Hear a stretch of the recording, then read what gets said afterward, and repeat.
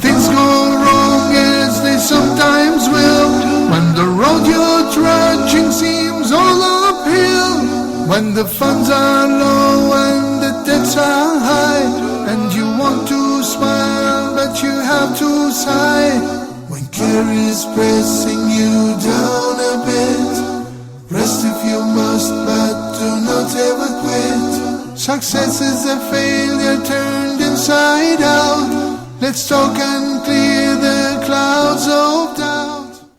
Assalamu alaikum. Welcome, dear viewers from all around the world, to another exciting and live edition of your favorite program, Let's Talk, of course, on your favorite channel, Huda TV. You guys, I apologize for the short suspension in this program. Of course, as you probably don't know, we had some scheduling conflicts, but we're back. I'm back. We're back for an all-new exciting edition of Let's Talk. You guys, we're talking about a very, very important topic, and we even have even more important guests, because as always, at Huda TV, we're committed to bringing you guys the best of the best when it comes to guests. But before I introduce them, let me introduce our topic, which is seeking knowledge, or rather, the virtues of seeking knowledge. How do we approach this noble and righteous task? Should we drop our financial and our family and financial responsibilities to travel to far away and distant foreign lands like Egypt, Syria, Yemen, the KSA to study? How can we approach this in this modern times? Who is it incumbent upon? What is the approach to this topic, seeking knowledge? Of course, before we do all that, we have to define what do we mean by seeking knowledge, and what knowledge are we seeking, and what constitutes and qualifies someone to be, quote-unquote, a seeker of knowledge. First, let me introduce both of our esteemed and prestigious guests. Of course, you know Dr. Muhammad Salah, the host of Ask Huda, as well as Correct Your Recitation. He's joined by today a very esteemed and prominent American Muslim scholar, the author of Fiqh of Worship. I suggest you purchase that book and check for that online if you haven't purchased that yet. That's Fiqh of Worship. Of course, I'm talking about Dr. Hatem Al-Hajj. Assalamu alaikum, Dr. Hatem, and Dr. Muhammad. Thank you so much both for joining me on this. I'm really pleased and honored to have you guys on the program. And of course, of course, we have our wonderful studio audience who are seekers of knowledge from all around the world. If you guys can just briefly give us your name and what country you come from originally, that would be wonderful. Go ahead, brother. Bismillahirrahmanirrahim. Assalamu alaikum. My name is Armand Islami, and I'm from Albania. MashaAllah, we're neighbors because I'm Greek. So did you come here, brother, to Egypt to seek knowledge and to study? Yeah, I study here in Egypt in Al-Azhar University. MashaAllah, well thank you, brother. Thank you so much. Excellent. Thank you so much. Maybe we can pass the mic to our friend here. Assalamu alaikum. Alaikum salam. I'm Muhammad Abdullah. I'm Egyptian. I'm a teacher of English. MashaAllah, thank you, brother. Thank you. Assalamu alaikum. Alaikum salam. Muhammad Isham. I'm studying Spanish, and alhamdulillah, trying to improve my Islamic information. MashaAllah. Se habla español. MashaAllah, very good, brother. Maybe we can pass the mic to the brother right behind you. Go ahead, brother. Assalamu alaikum. Alaikum salam. My name is Nizar. I am from Indonesia, and here I am studying in Al-Azhar University too with Arman. MashaAllah. So you travel all the way from your home country to seek knowledge. That's a very noble task. Thank you, young man. Thank you. And go, if perhaps you can pass the mic to brother here. Assalamu alaikum. Alaikum salam, brother. I'm Nabil, from Egypt, of course.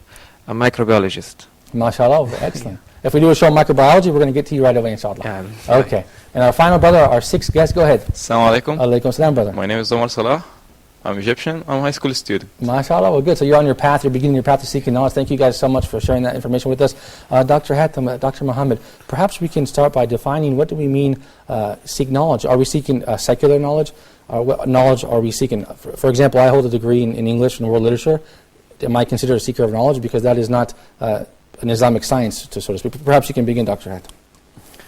Alhamdulillah, sallallahu alaihi wasallam. Well, the highest and most noble knowledge is the knowledge of the deen, because that's the knowledge that you need to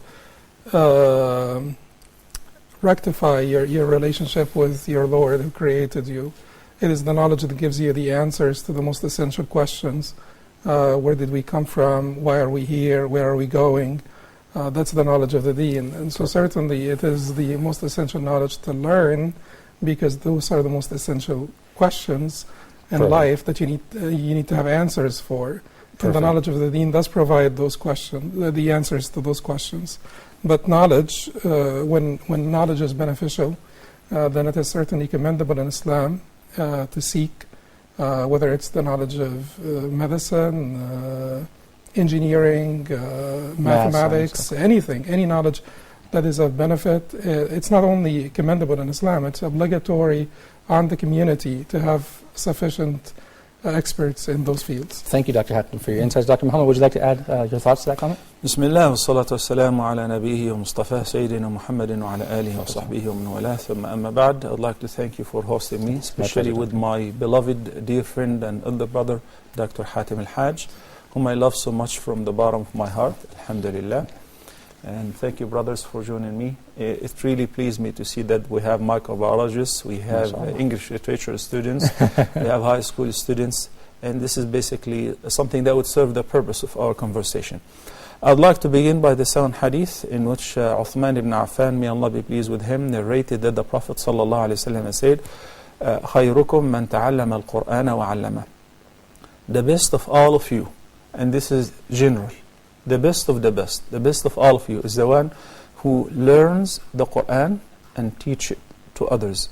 And look at the right setup. You have to learn first in order to be capable to pass on this knowledge. And Al-Qur'an is the book of Allah subhanahu wa ta'ala, and any knowledge that would serve understanding, pondering, and reflecting upon the Qur'an. So learning the Sunnah likewise.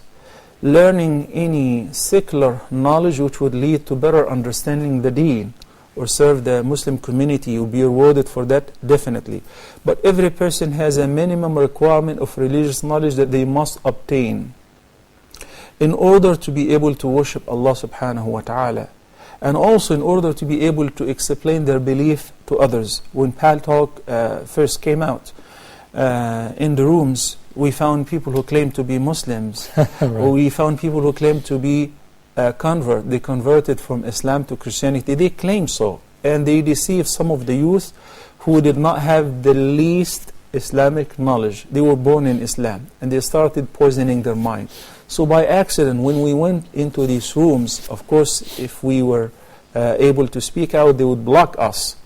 But they would target the youth who have no religious knowledge whatsoever, even to explain the meaning of monotheism or the oneness of God, and why would you believe in one God, not more than that, etc.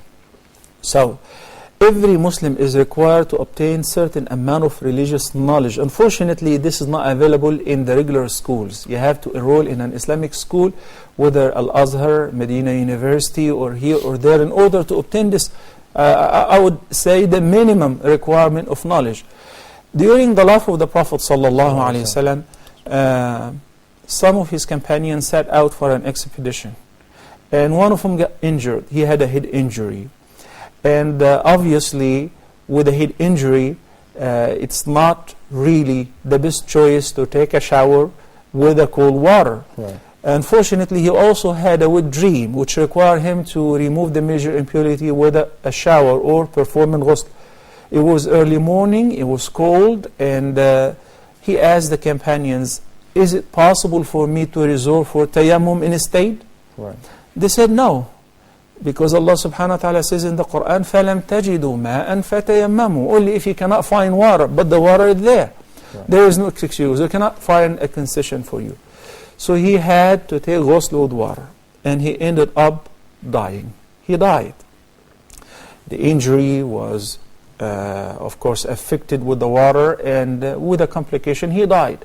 When they returned to the Prophet ﷺ, and when he heard about the story, his remark and his reaction was very severe. He said, sallallahu alayhi wasallam, قَتَلُوهُ قَتَلَهُمُ اللَّهُ.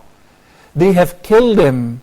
They are responsible for his death. May Allah kill them.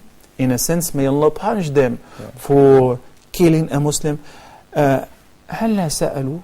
Why didn't they ask if they didn't know the answer? إِنَّمَا دَوَاءُ الْعِيِّ السُّؤَالِ. And this is basically the cornerstone in our topic or subject. The remedy for one who doesn't know is to ask. You remember the story in the sound hadith, the man who killed 99 people. Of course. When all of a sudden he had the urge of repenting and tawbah, so he asked if there is any person who can help him out to repent. He was directed to a worshipper. And I would like to make a point here. A worshipper without knowledge is a very dangerous person, because he can end up worshiping Allah according to his own whim, according to what he likes. While Allah the Almighty likes us to worship Him according to what He prescribed. فالأصل في العبادات الحظر. We cannot just invent a worship. So he was directed to him, and he shared his story with him. He said, I've killed 99 people. I didn't do any good deed in my life, and I would like to repent. He said, there is no such tawbah for you. You're going to hell, man. Right. So he completed his century with him, because he closed the doors of mercy in his face, and he made him despair. He completed his century. He killed him, and now he had killed 100 people. Then once again, the same urge of tawbah was still there. So he asked, and this time he was directed to a scholar, and you all know the story, and this is how this person was saved, and he made it safely to heaven. He received salvation because of the advice of a scholar. That applies to the worldly issues, divorce, marriage, business transaction, anything, and also deals with the hereafter. Seeking knowledge is not an option. Okay. It is a requirement. And now, alhamdulillah wa shukrullah, Allah made it so easy for every person to seek the religious knowledge at the convenience of, I'm not going to say their homes, but their rooms, okay. bedrooms. We established, Doctor, that it is incumbent upon every Muslim to seek knowledge. But Dr. Hatem, how can we approach this massive subject? I mean, from a layperson's perspective, you have so many Islamic sciences and fields. Where does a person begin? I think that you need to begin by finding the right people to teach you. Okay. Because to learn on your own may have its own perils and dangers. Okay. So I think that you need to begin by finding the right, trustworthy, knowledgeable people to teach you. But in terms of disciplines, certainly the first thing that you need to know, to learn about, is the aqidah. It is your belief in Allah subhanahu wa ta'ala. Because to rectify and correct your belief is a prerequisite for all that will come thereafter. Okay. Every action that is based on an invalid belief is invalid itself. So to begin, you'll have to rectify your belief. Some knowledge about fiqh, particularly the matters that directly to pertain to each and every one of us, such as salah and siyam and zakah for those who have the money, and hajj for those who are about to embark on it, marriage for those who are, etc. business. Necessity, okay. And after you do this, some aqidah and some fiqh, it would be quite important that you read some tafsir of the Quran to truly learn some more in depth about the message Allah subhanahu wa ta'ala had sent to you. Okay, excellent. Dr. Muhammad Salih, you had an interesting comment there at the end. You said, seeking knowledge, we can do that actually from the comfort of our own room. We know in the past that many companions and the great figures of Islam have traveled all around the world to teach and to study and to teach new Muslims, etc. But today we can do that. How can we study Islam from the comfort of our own home? What reliable universities and educational programs are available to students? I'm glad you brought up this question, because, of course, I do not mean reading books in your bedroom or otherwise just relying on reading books, particularly in the religious knowledge. Reading books on your own can be very dangerous and can be misleading more than its benefit. For instance, Imam Abu Hanifa, may Allah have mercy on him, has a very famous statement in which he says, "Man kana shaykhuhu kitaba, ghalaba khata'uhu sawabah." Whoever takes his book as his sheikh, the only source of learning is reading in books without the assistance of a scholar who walks you through, then definitely your errors would overcome the righteous information that you will receive. Why? Islam is a very unique religion, and when it comes to religious knowledge in Islam, it is the uniquest of all. There is no library in the whole world that even comes that close to the Islamic library. Of course. Whether in tafsir, in fiqh, in jurisprudence, in principles of fiqh, in hadith, in any knowledge by the grace of Allah. And Islam established from the beginning the concept of ijaza. Ijaza is to study before a scholar, to hear from him, to listen attentively, and when you're qualified, when you're tested by him, he will give you an ijaza, which means a permission. You are qualified now to also teach and pass on this knowledge to others, and so on and so forth. This also stemming from the chain of the narrators in hadith, for instance, through which we also can understand the Quran and so on. That's why we say from the beginning, relying on your own self, at the convenience of your bedroom, as I say, in reading books or check Google. Doesn't work, okay. Yeah, right. in order to understand, even, look, you may be an MD or a PhD in whatever, a professor in whatever, but when it comes to the deen, you have to follow the same sequence, which learning. You could never be a doctor without taking anatomy in the section and being and practice before you're professor. Okay. Once there was a professor sitting in the halqa of tajweed. It was his turn to read Dr. Hatim. From the beginning of Surah Al-Baqarah, he said, Bismillah ar-Rahman ar-Rahim, Alam, ذَلِكَ الْكِتَابُ لَا رَيْبَ فِيهِ. And he was born Muslim. He's an Arab. He said, Alam, ذَلِكَ الْكِتَابُ لَا رَيْبَ فِيهِ. So the Shaykh said nicely, because he knows his status in the community and he is a professor, he said, let me just make a slight correction. Let's prolong and say, Alif Lam Mim. He said, no, it is Alam. Right. I am a professor and I know better. Right, that's it. Right. Not because you are a professor in pharmacology or toxicology or engineering, that requires by mandate that you already know in the science. Right. You cannot fix your car if you're a pharmacologist. You have to go to a mechanic. So what happened is he said, look, and he opened the Quran. He said, I'm going to prove to you it's Alam. And he went to Surah Ash-Sharh. He said, read it. It says, Alam nashrah laka. So by analogy. No. Excellent point. One hadith we teach at the same university. MashaAllah, Dr. Hatim is the dean. And I taught before in many universities, this is the learning. And also in Al-Azhar University. So what happens is, there are some fatal errors may happen due to reading. I require the students to read before me. Right. Okay? If you don't have somebody to walk you through, even in the reading, you can end up committing, or in understanding the hadith. You read a hadith, it's in Sahih Imam Bukhari. Of course. وَصْلُ الْجُمُعَةِ وَاجِبٌ عَلَى كُلِّ مُحْتَلٍ. How do you perceive this? What do you understand? Right.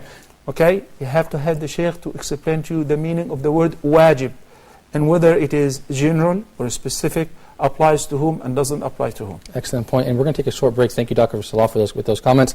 Dr. Hatim, when we come back for the break, I would like you to talk about your university, Mishkat University, and we could talk about how we can seek knowledge from the benefit, from the comfort of your own home through your university. You guys at home, stay tuned for more Let's Talk with Dr. Muhammad Salah as well. Dr. Hatim Al-Hajj, you don't want to miss out, so stay tuned.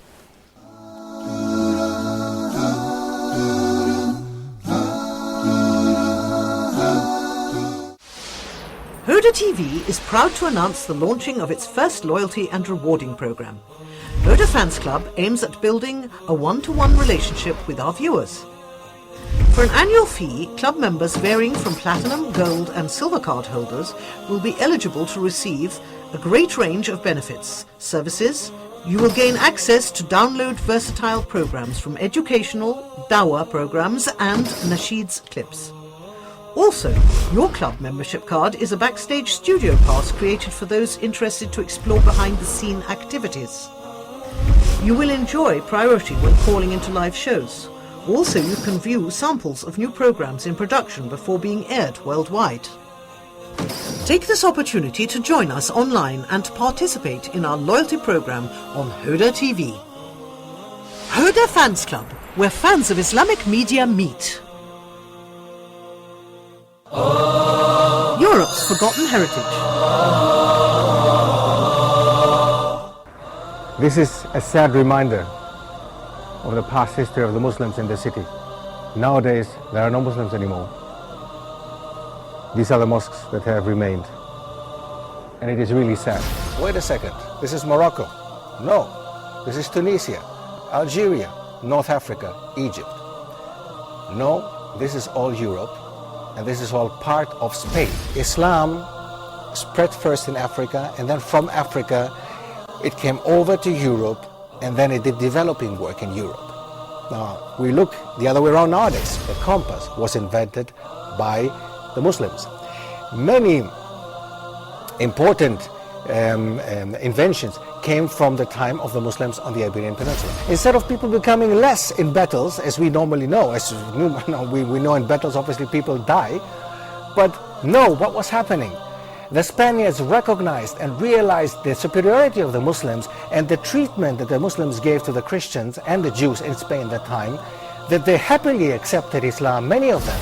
An Ottoman fountain, as we've seen it before in other places in Greece. Now, it has some Arabic on top, as well as it has some Arabic down, where the tap used to be, or where the water was coming out. Pack your bags, grab your passports, and join Dr. Stef Karis as he takes us through Europe and rediscovers Europe's forgotten heritage, only on Hoda TV.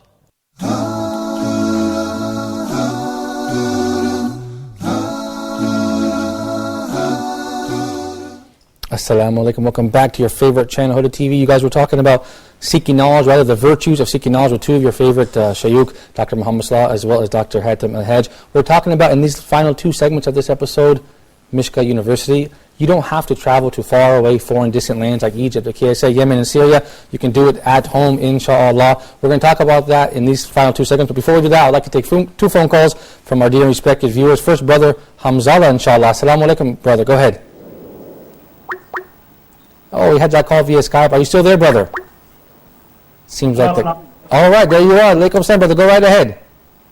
Yes, brother, I am Abu Hamzallah from KSA. MashaAllah. Go ahead, brother. Thank you for calling. Yeah, thank you very much. Actually, I am listening about the topic, and about this topic of knowledge of Islam is very important for being a Muslim for us. So, according to related that question, I have some question. I have heard from someone that, not from authentic source, that in Islam, husband can't live away from his wife for more than 4 months. As I am living in KSA and my wife is living in Pakistan. Okay. So is it true? Can you provide me the source? It is from our part of religion that husband should not stay away from his wife for about 4 months or more. Okay, I think I got your question, brother. Thank you so much. Inshallah, we have two very qualified people. You picked the right program to call into to answer your question, inshallah. Please stay tuned, brother, and perhaps we can get them to answer it towards the end of the episode, inshallah. They'll clarify that for you, inshallah. Thank you so much, brother. I believe we have another phone call via Skype as well. Go right ahead. Assalamu alaikum. Welcome to Let's Talk. Okay, we're going to wait 1 second once she gets that line back on. In the meantime, Dr. Hatem, Mishka University. Can you inform the viewers a little bit about it and tell us what your role is in this university? Well, Mishka University, it's a new name, but it is not a new institution because Mishka University is the product of the merger of two previous institutions that are higher learning institutions as well.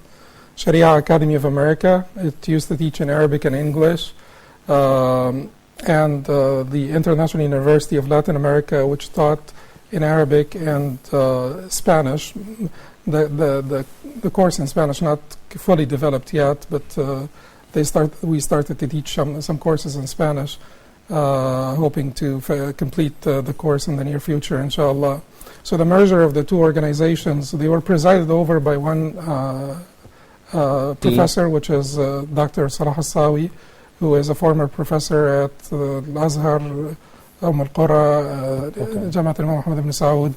He also was the director of the Center of Implementation of Sharia in Islamabad, Pakistan. So since he presided over the two institutions, it was sort of natural that they merge. So they merged, and the product of this was Mishka University. Okay, excellent. Mishka is an online university predominantly. It does have on-site functions in different branches. Physical locations. Physical locations in Detroit, in Houston, Texas, in Dr. Montreal. Salah's hometown, Houston. Okay, Montreal as well. In Montreal, yeah, as well.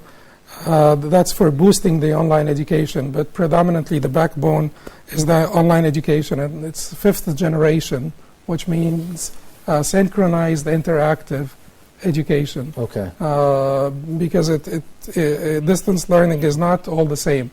It's not all created the same. Okay. There is the online, which is a step up from the correspondence. Okay. And then the online could be non-interactive, which is basically recorded materials stored in a library, or interactive. The interactive may be synchronized or asynchronized. Asynchronized is where you send a question to the teacher and the teacher emails back the answer to you. The synchronized is where you have a virtual classroom where you and the teacher exist at the same in the same virtual classroom at the same time. And this is what you guys are doing, this university. And this is what Dr. Muhammad Salah and I do in that virtual classroom. There will be students. The students can ask their questions in writing or verbally. Okay, I see. It's quite advanced then. Yeah, so it's basically an effort to move the Islamic education online forward. There are other organizations and there are other efforts as well. There are other institutions and that work on the same issue. Huda Academy, for instance, your own academy, sure, of course, is trying to take part in. And we're all working towards the same effort. goal, of course. Yeah. Dr. Hatem, I'm sorry to interrupt you. I would just like to take this phone call briefly and we'll get right back to your thoughts. Sure. We have a young boy, 12 years old, mashallah. Assalamu alaikum, young man. Go ahead and tell us your name and where you're from. Termiz, KSA. Go ahead, brother. Hello, assalamu alaikum. Alaikum salam, young man. Thank you for calling. You're welcome. I have a question. Sure. My question is, how can we find out if some Islamic knowledge are fabricated or not? Is authenticated or not? Another wonderful question. So thank you so much for calling in. Stay tuned. We'll have Dr. Hatem, Dr. Muhammad, inshallah, answer your question, inshallah, before the end of the episode. Dr. Hatem, you talked about Dr. Muhammad Salah is also involved in this project. So you're both involved in this project. Perhaps you guys can tell me what exactly your roles are. And basically, he leads the Huda Academy, and I teach in it, and That's a nice one. I'm the administrator, the dean of the College of Islamic Studies at Mishka University, and Dr. Muhammad Salah teaches in it as well. Aqidah as well, or I'd like also to add that because you brought up the issue of seeking knowledge, and you don't really have to be like brought up from the beginning in Islamic school or in a madrasa, as they like to call it. Now, Dr. Hatem Al-Hajj himself is a pediatrician. He is a big-time MD, very famous, very successful, mashallah, in his life. And we have on board many doctors. Some of our students who were medical students, now they're doctors, mashallah, and they're also teaching along with us. So this is a message for everybody in every field. You can still be in your profession, and meanwhile, not just obtain the minimum requirement of the religious knowledge, you can continue to seek the religious knowledge until you become specialized and professional in teaching religious knowledge as well. Excellent point. Actually, I had a 10-year-old boy teach me how to read Quran. It made me cry, actually. I felt so sad because it's a humbling experience. But this is your point. I understand you could be a doctor, a professor, but still. Absolutely. Right, excellent. But we do have a call from Sister Amina. Assalamu alaikum, sister. Thank you for calling. Let's talk. Go ahead. Wa alaikum assalam. I have two questions.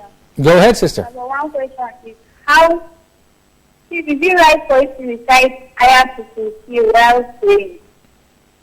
And what type of dua do you make while in sujood? Then lastly, secondly, how do you register Huda Academy?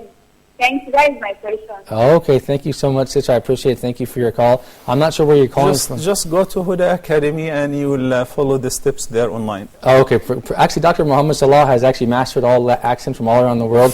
MashaAllah, good job, Dr. Salah. I couldn't quite hear. I tried to assist you. I know how to feel. We have Samir from the UAE. Assalamu alaikum, Sister Samir. Thank you for calling. Go ahead. Wa alaikum assalam. Thank you for calling, Sister Samir. Go right ahead. Yeah, I have I'm going through a very hard time with my husband. So I need to know about, he wants to control his nerves. And I want to know what is the way to control the nerves.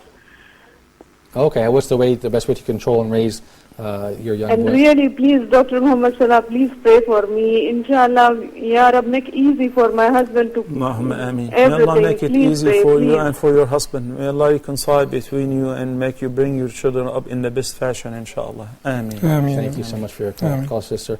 Dr. He Hatem. is scared and he wants to leave me and go, and he say I'm scared for the future. It's many times, like in Ramadan it happens with him, and now he realizes his mistake, and he wants to make tawbah, and again he's scared, but he's not offering namaz. And I want to know what is in Islamic, like how to control the nerves. Okay, that is the reason, because he's not offering namaz. He needs to offer the namaz regularly so that Allah will bring tranquility to your marriage life.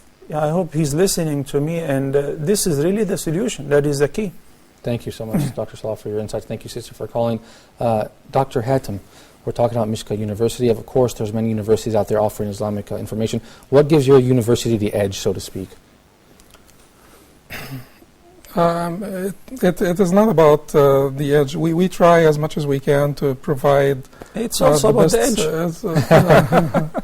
We try as much as we can to provide the best service that we could provide in terms of online Islamic education in English, synchronized, interactive. I think we provide the most amount of synchronized, interactive education. Excellent. So the communication between the teacher and the students is direct, and it is interactive. They are present in the same virtual classroom once a week. There is also the recorded materials that the student will have in their library. In fact, we are starting, if people would like to test it out, they can register. What is the We're URL, starting Doctor? on September 8th, the fall semester. It's mishkauniversity.com, www.mishka, M-I-S-H-K-A-H, university, as in university.com. Simple. Okay, and they can get online now and enroll for this? They can get online now and enroll and test it out, take 1 or 2 courses. Okay. I think Dr. Muhammad Salah has a course. I have a course as well, and I'm teaching a course as well. So they can try out one of us or both or someone else from the university. There's like a selection of instructors that are really handpicked to not only convey the right knowledge, but also to be great role models for the students. They have religious commitment and high moral standard. Similarly, the syllabus, the curriculum is carefully selected and professionally selected, because there was a caller who asked, the young viewer, who asked, how can we find out this is an authentic source of knowledge? So this is, for instance, I voucher for its credibility and its authenticity. This is one of, when you give yourself up to somebody whom you know, that whom you trust, his deen, amana, and religious knowledge. The combination of 3 of them is not easy to find. There are some learned people, I cannot call them scholars. They have memorized a lot, they have studied a lot, but meanwhile he may be a heavy smoker or clean shaved, and he is a very learned person in his field. So you take his knowledge, but you are afraid to take from his Islamic etiquette, because he's not really following the Sunnah. So when you find a combination of all together, carefully selected and handpicked, it puts you in the right position. Thank you for those excellent comments, Dr. Salah. Go ahead, Dr. But I also need to say that this is not a replacement for on-site direct learning. Okay. When people have the capacity or have the opportunity to travel far away to Al-Azhar, to Medina University, and to other universities in Pakistan, there is many institutes and so on. If they have that opportunity, then they should certainly do that, because there is much to learn from the constant interaction with the teachers in class. That's the ideal. But this is the second best, and we should always work to make alternatives, and not have only one option for those who want to seek knowledge. But someone who studies online may actually exceed and surpass people who studied on-site, because it depends on your commitment, your interest, your intellectual capacity. But all of this effort is basically to facilitate for this knowledge to be available, accessible to all seekers wherever they are. If they can't move away from their location, then the knowledge will get to them. Thank you for sharing those excellent insights, because as we have these brothers here from Albania, my neighbor, Malaysia, this is ideal to travel, like you said. But it doesn't have to be all or nothing. We can still study from home. Absolutely. With the real, trusted, authentic scholars. Before we get back to both of you gentlemen, let me take this phone call from Brother Ahmed from the KSA. Assalamu alaikum, Brother Ahmed. Thank you for waiting on hold. And go ahead, brother. Welcome to Let's Talk. Walaikum assalam. I would like to ask a question. Go right ahead. Right now, I'm in 12th grade. So next year, inshallah, I might just go for college. So nowadays, you usually see that there are colleges which are co-ed, means girls and boys studying together. And as a Muslim, it's not ideal for me to study in such environments. So how can I really go to colleges and study, at the same time keep my iman strong? And because I don't even have my basics right of Islam, like not proper tawheed or something like that. So is it okay to put myself into such trials just for the sake of gaining knowledge in this world? Excellent question, Brother Ahmed, and you know we received that question a lot on Ask Huda, but before we ask that valued question, we're going to take a short break to keep the viewers in suspense. You guys stay tuned. You don't want to miss Let's Talk with Dr. Hatem and Dr. Muhammad Salah, so stay tuned.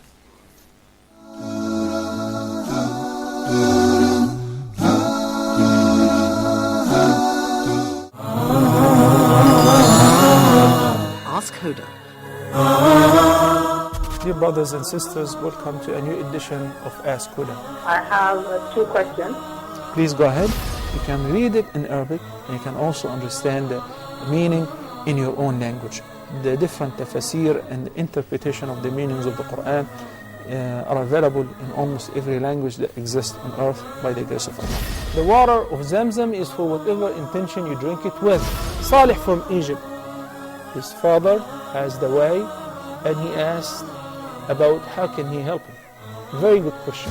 Can they give a zakat to any of the dawah centers? The ibadah or the act of worship is a part of the unity of worship. It has to be paid to Allah subhanahu wa ta'ala and in accordance with the guidance of His Prophet sallallahu alayhi wa sallam.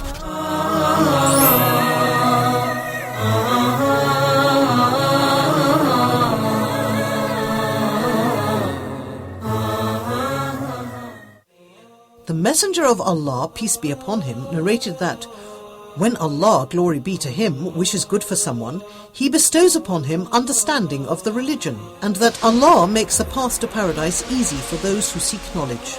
Preoccupied by work or family in the modern world, a Muslim may struggle to find time for acquiring Islamic knowledge. To ease this struggle, we are launching Huda Academy to be your gateway to online Islamic e-learning. Enroll now and study from our renowned scholars.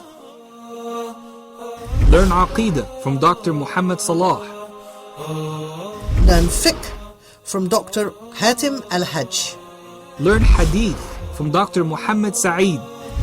Learn Tafsir from Sheikh Ibrahim Zidan. And learn Arabic from our professional instructors.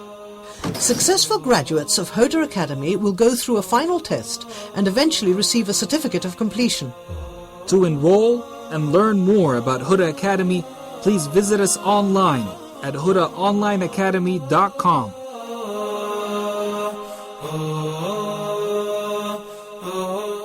Huda Academy, your gateway to authentic Islamic knowledge.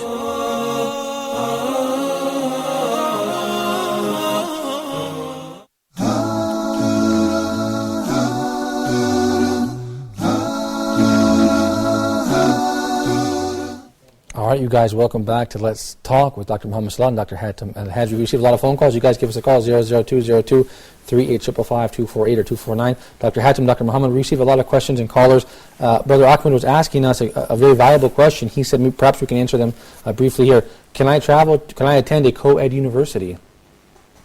Well, I'll let Dr. Muhammad Salah answer this question. I'll answer the question.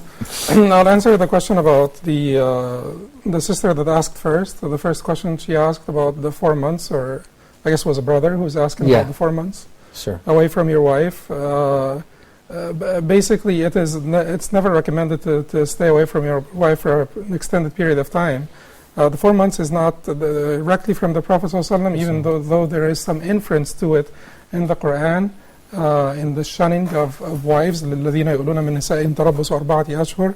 Those who shun their wives, they have a period of 4 months, sort of to reconsider. Okay. But where did the 4 months come from? Umar radiallahu anhu heard a woman complaining about the separation, from her husband, who had been sent by Umar radiallahu anhu on an expedition. And then Umar went to his daughter, Hafsa radiallahu anha, al-Mu'mineen, the wife of the Prophet sallallahu alaihi wasallam, and asked her, for how long can a woman stay away from her husband or tolerate staying away from her husband? And she said 4 months, and Umar sort of dictated that no one will be sent away for longer than 4 months, and this is where it came from. Okay. Yet, upon mutual agreement between the two spouses, if the husband needs to be away for 6 months or 7 months, it is okay upon mutual agreement. Excellent. But with mutual consent. It's never recommended to stay away for prolonged periods. Thank you, Dr. Hatem, for this. Before we get your thoughts as well, Dr. Salah, we have a phone call from China, actually. It's the first phone call I've received from China, so I really want to take this call. Assalamu alaikum, sister. Thank you for calling us. What part of China are you calling from? Assalamu alaikum. Welcome to Let's Talk. You're our first caller from China. Go ahead. Landing from China. Go ahead, Landing. Landing, can you hear us? China is really far. China is really far. I believe we have some hadith about seeking knowledge as far as China. Is that true, Dr. Salah? No, it's not a hadith, by the way. It's a fabricated hadith. Okay, so we want to quote it then on the show. Even though the meaning is correct. Okay, because excellent. We're supposed to seek knowledge, even if we have to travel long distances. And this is what our predecessors did. Okay. They traveled all around the world in order to verify the authenticity of one hadith. Excellent point. And we'll wait for that call, Sister Landing or Brother Landing. We're waiting for you to get back on the line. Dr. Muhammad, would you briefly like to comment on Dr. Hatem's remarks concerning staying away from your wife for 4 months? I can't comment on Dr. Hatem. No, I thought, okay. No, I actually referred the other question to him. The other question, I'm sorry. The co-ed. The co-ed university, it's a question that you received on Ask Huda, I know. How do you feel about that? I normally encourage men and women as well to seek knowledge, not only the religious knowledge, to get a degree, to be professional, and so on. Because I have seen my Muslim community in America, since we're all doctors and professional, it was a lot easier for us to give da'wah and present Islam. People were more ready to listen to us because, not only non-Muslims and local Americans, and we were in an area which they call it a Bible Belt. Yeah, okay? right. But they were happily listening to us in the churches, in the synagogues, and so on. Right. One of the reasons is because of the profession and your position in the community. It was easy to gather all the doctors in any hospital to listen to one of us and give them a lecture, a combination of medical ethics and Islamic etiquette. And that will be published in the paper and so on, and everybody will talk about it. I encourage everybody to be professional, whether an engineer, whether a dentist, a doctor, a teacher, an English literature person, a writer. We need that. Unfortunately, in most of the Western countries and also Muslim countries, there is the co-education or the mixed boys and girls. Right. So this is something that you cannot avoid if you are a man or if you are a female. There are a couple of things. Nowadays, there is also the distance learning within the university itself. You can attend the courses online and you can obtain a degree. You just go for the exams and if there are some practical lessons and so on. So this is an option. The second option, if there is no availability to studying distance learning and so on, where you have to attend the courses. I taught in many universities around the world. For instance, recently in Auckland University in the UK. I was very, very proud of the Muslim community there. And have seen an amount of students and sisters who are wearing niqab that I have not seen in any Muslim university. Okay? So when there is a big group of Muslim community like MSA in the United States in North America, in some universities, they're very powerful. So if you have the option to study and communicate with the MSA, for instance, and say, if there are a large number of Muslim students, I can attend their class. I mean, I would minimize the risk as much as I can, but I would not avoid it entirely because it is needed. I cannot volunteer to tell everybody do not study in schools because there is a mixed education, but try your best to avoid the fitna and hang around with the right party, with the right peer, with the MSA or the Muslim Student Association in any university. The second point, which is in case of fearing the fitna, then the right option is as-salamatu la ya'diluha shay. If you feel that yourself are being deviated, going astray, then of course you gotta quit anything that is deviating you, including the education. Excellent point. Thank you, Dr. Salah, for your insights. We have about 2 minutes left. By the way, Brother Landing cut off from China. I'm sorry, brother. Give us a call back. Brother Landing all the way from China. Dr. Hatem, we have about 2 minutes left before the episode is over. Can you give us some brief remarks about Mishka University? Maybe perhaps talk about the accreditation and possible fees and how people can enroll now. People can just enroll online. You know, you can just log in, and you will be able to enroll and register online and have student support to help you with any difficulties that you may encounter in your enrollment. And then once you have enrolled, there will be orientation for the students, and they will get to learn more. The fees are pretty nominal. $50 per hour is a very nominal fee given all of the work that is needed. In fact, the majority of the workers for the university, or the majority of the work in the university, is volunteer work. That's why we can make the fees this low. So it's basically $50 per credit hour, and for those who can't afford it, there is a sliding scale, and there will be scholarships, and there is a policy that no student shall be left behind. That's wonderful. That's great. That's really thoughtful for all Muslims. It will never be a problem. Because what is actually meant is to make this knowledge accessible to all people, to all seekers. Which really means no one should have an excuse for not seeking the religious knowledge. You can seek this at the comfort of your home. If you can afford it, that is fine. If you can't, there is still a way. But every Muslim should really seek the required Islamic knowledge. Okay, you both, Dr. Muhammad, Dr. Hatem, I don't know who to thank first. Thank you for appearing on the show. Of course, Dr. Hatem first. Dr. Hatem, thank you so much for appearing on your show and talking to us about Mishka University. Dr. Salah, thank you for telling us about the virtues of seeking knowledge. And Brother Nabil, I'm sorry I didn't get to your question. Everybody in the studio audience, thank you guys so much for joining us. I know you guys are busy students as well. Thank you for taking time out of your schedule.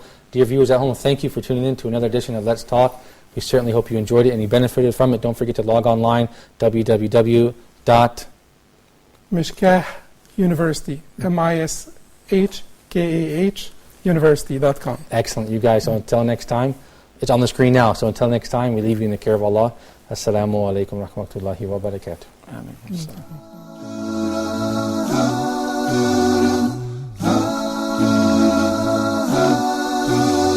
When things go wrong, as they sometimes will, when the road you're trudging seems all uphill, when things go wrong, as they sometimes will, when the road you're trudging seems all uphill, when the funds are low and the dips are high, and you want to smile but have to sigh, when care is pressing you down a bit, rest if you must, but do not ever quit. Success is a failure turned inside out.